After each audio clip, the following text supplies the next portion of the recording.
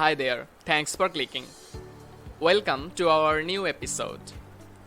In this episode, we are going to learn how we can replace the most common word with another similar word. Today, we have a common word, just. In our daily life, we use the word many times. Let's find out how we can replace it.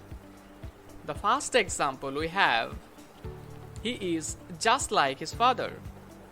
Instead, we can say, he is precisely like his father.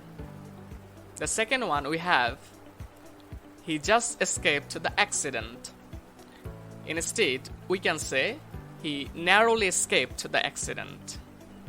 Example 3, my mobile is just not working. Instead, we can say, my mobile is simply not working.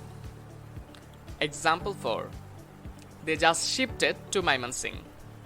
Instead, we can say, they recently shifted to Mymensingh.